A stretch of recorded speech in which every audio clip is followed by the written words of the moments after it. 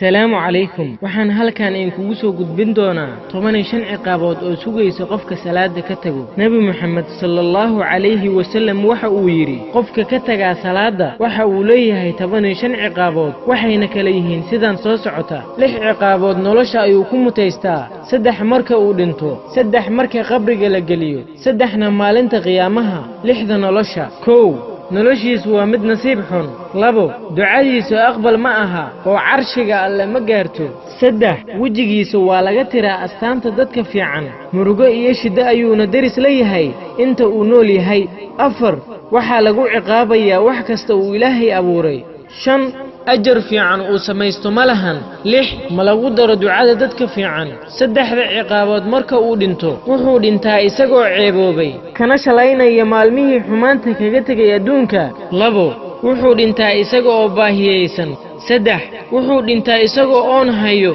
هدي بيها بدها أودن عبو أونك كبئ مايو سدح عقابات غبرقا كو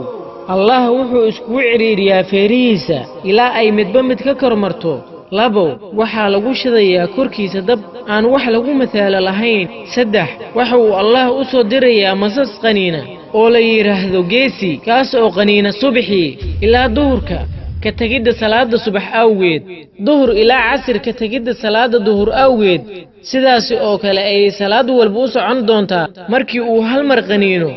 waxa uu qofka dhulka hoos u galayaa 70 yaardis subhanallah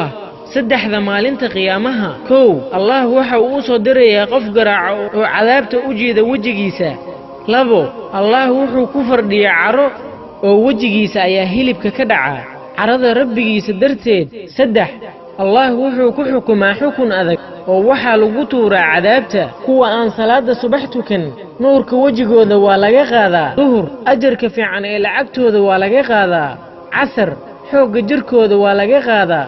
مغرب ciyaalkooda ma aflaxaan cishe nabad jiifka waa laga qaadaa hadii uu ku soo gaaro codkayga